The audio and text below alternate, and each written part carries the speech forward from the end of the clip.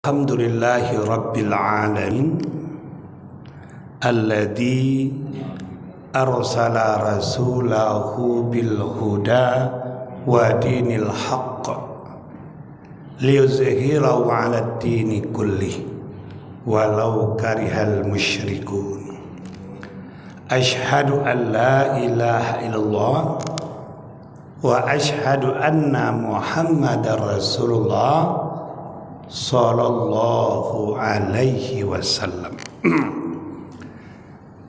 Bapak-bapak, ibu-ibu, saudara-saudari sidang wirid zuhur yang berbahagia, puji syukur kita kehadirat Allah Subhanahu wa taala.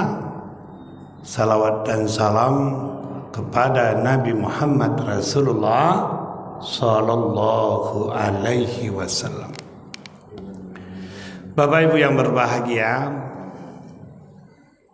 seharusnya umat Islam ini terbaik dari segala bidang. Kenapa? Karena memiliki suri tauladan terbaik, yaitu baginda Rasulullah sallallahu alaihi wasallam. Laqad kana lakum fi rasulillahi uswatun hasanah. Sungguh telah ada pada diri Rasulullah itu suri tauladan yang baik bagi kalian semua. Karena itu memang dibuktikan oleh baginda Rasulullah sallallahu alaihi wasallam. Tapi kenyataan yang ada, Rasul terbaik, para sahabat juga terbaik. Kuntum khaira ummatin ukhrijat linnas. Kalian adalah orang-orang terbaik yang dilahirkan ke atas dunia ini untuk orang banyak. Nah, sekarang mayoritas umat Islam kalau ditanya apa yang terbaik? Apa yang terbaik? Susah kita jawab. Padahal jalan untuk terbaik itu Allah berikan dan Rasul contohkan.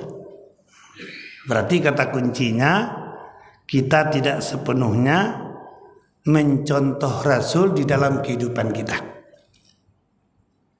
Kita ambil satu ayat saja. Kalau ibadah seseorang baik, muamalahnya pasti baik. Dia insya Allah pasti pintar,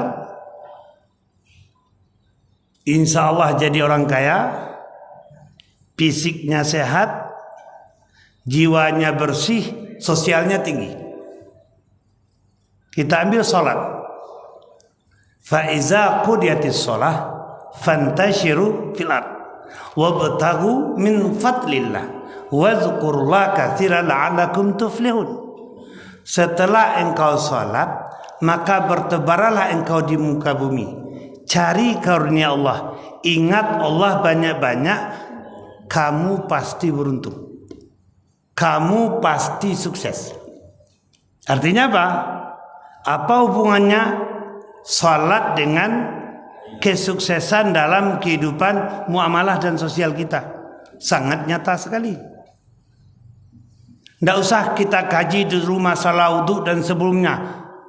5 kedisiplinan yang kita latih 5 kali sehari semalam akan menjadikan kita seorang pribadi yang luar biasa dalam bermuamalah. Kita ambil satu. Salat itu melatih kita menjadi pribadi yang disiplin. Inna salata kanat alal mu'minina kitabam mawquta. Salat itu telah ditentukan waktunya, telah diwajibkan waktunya, telah diatur waktunya. Yang terbaik itu di awal waktu. Artinya apa?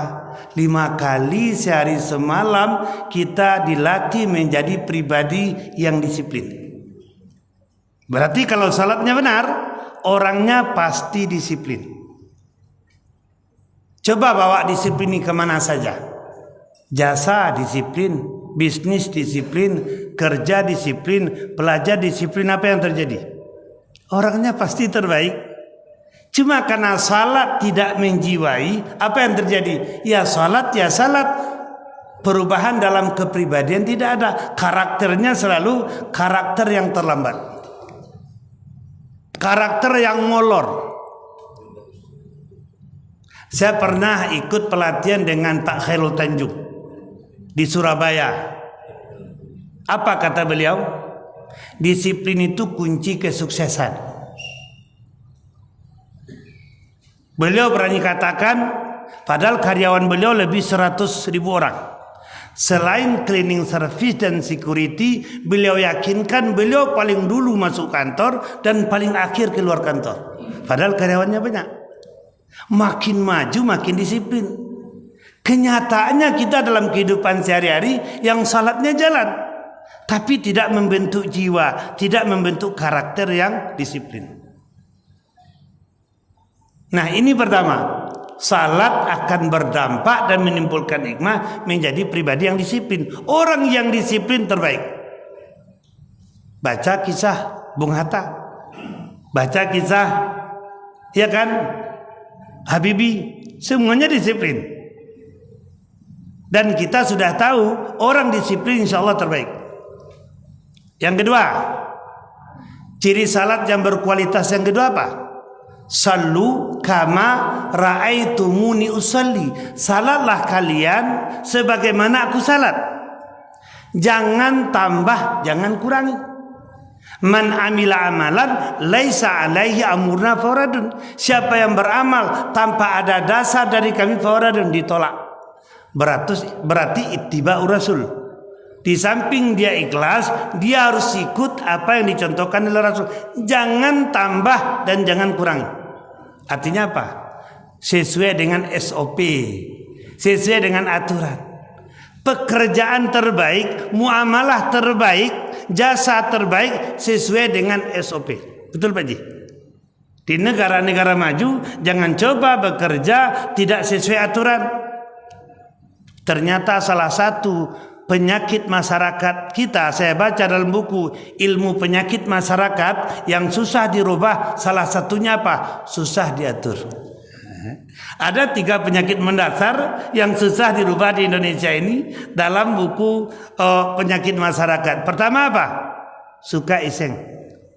Daripada ndak karajo, daripada ndak ada kegiatan, semua yang iseng hasilnya ndak maksimal. Yang kedua apa? Susah diatur. Di negara-negara yang maju, makin kaya, makin punya kedudukan, makin punya ilmu, makin taat aturan. Tapi mohon maaf, di negeri kita merasa memang kalau sudah punya kuasa, sudah punya kekayaan, sudah punya nama, justru makin susah diatur. Awak lu nangkanya atur-atur siapa bananya, ya kan? Nah, cobalah kalau contoh sederhana kita pulang kampung ke Bukit Tinggi. Kalau mau aturan antri, tidak akan ada macet. Tapi yang nyelonong ke depan itu siapa? Yang mobilnya bagus, yang orangnya ganteng, yang duitnya banyak, yang powernya ada. Siapa yang mau larang? Nah, ini penyakit. Sementara salat menyuruh kita taat aturan. Sallu kama ra'aitumuni usolli. Salatlah kalian sebagaimana aku salat. Harus sesuai dengan rukun dan syaratnya. Kalau tidak, fawaradun. Jadi antara salat dengan karakter sosial dan entrepreneur kita tidak nyambung. Padahal salat itu pembentukan karakter, pembuktiannya di lapangan. Kalau di masjid ini baik semua orang, pembuktian baiknya nanti di pasar, di lapangan baru ketahuan orang ini baik apa tidak. Ini pembentukan karakter, buktinya nanti di lapangan. Pemarah ndak dia, santun ndak dia, ramah ndak dia, disiplin nanti di lapangan. Kalau di masjid ini baik semua orang. Lalu yang ketiga apa? Salat itu memang cerdas. Yang dibaca itu harus pas. Yang dibaca itu harus paham. Kapan perlu 30 juz itu boleh dibaca.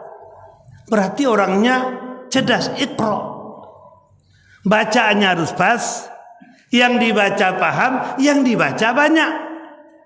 Makanya bisa dia merasakan bagaimana salat itu menjiwai, bukan hanya bacaan lepas. Dan harus seperti itu. Bagaimana seseorang akan kusuk dalam salat kalau yang dibaca itu tidak paham? Jalannya di mana? Bisa dia gembira baca ayat karena ada surga, ya kan? Bisa dia sedih karena memang ada neraka. Jadi ada kabar gembira dan ada kabar bertakut.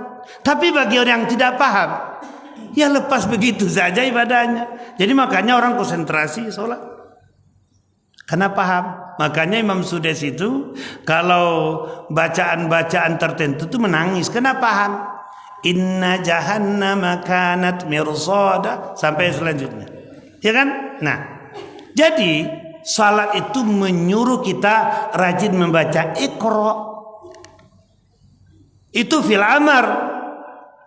Pagi membaca, siang membaca, malam membaca. Makanya kualitasnya naik. Yarfa'illahu alladzina amanu minkum walladzina utul ilma derajat. Makanya derajatnya naik. Ya kan? Dari 10 sampai 1000 kali lipat. Makanya kata Imam Syafi'i, man arada dunia falai bilmi. Siapa ingin sukses di dunia dengan ilmu. Wa man arada al-akhirah falai bilmi. Siapa ingin sukses di akhirat juga dengan ilmu. Siapa yang pingin dua-duanya bilmi juga dengan ilmu. Jadi makanya berpikir sesaat tentang kebenaran itu kualitasnya berkali lipat, bahkan beribu kali lipat daripada orang yang tidak memiliki ilmu dalam beribadah. Iqra. Jadi penentu kita ini sukses dalam kehidupan adalah ilmu kita, dan itu dilatih di dalam sholat. Jadi makanya antara salat dengan etos kerja itu nyambung sekali. Jadi orang yang tidak benar salatnya, etos kerjanya bermasalah. Orangnya akan susah dalam kehidupan. Kita ambil yang keempat. Innaha la kabiratun ila alal khashiin. Salat itu berat kecuali bagi orang yang kusuk. Orang yang punya konsentrasi, orang yang fokus, orang yang melakukan segala sesuatu dengan jiwa. Jadi salat itu tidak bisa lepas, harus dengan jiwa. Kamalul hub dengan rasa paling cinta. Kamalul khudu dengan rasa paling menghinakan diri. Kamalul ta'ah dengan rasa paling taat. Kamalul khauf dengan rasa paling takut. Kamalul raja dengan rasa paling harap kepada Allah. Kamalul tawakal dengan rasa paling tawakal. Jadi kita himpun menjadi satu, sehingga salat itu betul-betul menjiwai. Betul-betul memang kita terasa di dalam salat. Ini kadang-kadang kan tidak patas, ya kan? Sebentar masuk masjid sudah keluar, lalu tidak ada perubahan. Jadi salat ini membentuk kepribadian seseorang yang fokus, yang konsentrasi, yang jiwa. Apapun yang kita lakukan dalam kehidupan, fokus. Baik dalam berbisnis, dalam bekerja, dalam berusaha, insya Allah jadi. Kenapa? Karena fokus itu kunci kesuksesan. Jadi pepatah orang kita ndak rambang mato, ya kan? Sudah kelas 2 di sini balik ke 1 lagi. Kelas 2 di sini balik kelas 1. Jadi orang yang sukses itu adalah orang yang fokus, dan itu dilatih betul di dalam salat kusuk, konsentrasi betul. Dan yang terakhir, salat sendiri nilainya 1. Kalau jamaah langsung 27. Artinya apa? Kolaborasi, network. 13% menguasai ekonomi Indonesia 90%. Kita ada 87%. Nyari sisa 10%. Bahkan ada kemungkinan berkurang. Kenapa? Kita tidak bisa bersatu. Mana bisnis umat Islam yang bisa seperti bisnisnya oligarki itu? Ya kan, grup ini, grup itu bisa menguasai dari ulu sampai, padahal minoritas. Yang dimanfaat siapa? Kita yang 87%. Tapi kita tidak bisa bersatu. Padahal iman kita menyuruh bersatu. Innamal mu'minuna ikhwah. Padahal ketauhidan kita menyuruh bersatu. Inna hazi ummatukum ummata wahidah wa ana rabbukum fa'buduni. Padahal agama kita menyuruh bersatu. Wa'tasimu bihablillahi jami'an wa la tafarraqu. Bersatu. Tapi entah kenapa. Jadi, andaikan salat kita tidak berkualitas, maka dijamin muamalah kita, kerja kita, bisnis kita tidak berkualitas. Jadi para sahabat dan Rasul terbentuk karakternya di ibadah dan aplikasinya di dalam kehidupan sehari-hari. Jadi matching dia. Jadi salat tidak bias begitu saja, tapi membentuk karakter kita, memiliki jiwa entrepreneur, jiwa wirausaha, jiwa kerja yang terbukti dengan kesuksesan kita, sukses dunia dan akhirat. Makanya antara dunia dan akhirat itu seimbang. Dunia terbaik untuk mendapatkan akhirat terbaik. Banyak maaf, wabillahi taufiq hidayah. Assalamualaikum warahmatullahi wabarakatuh.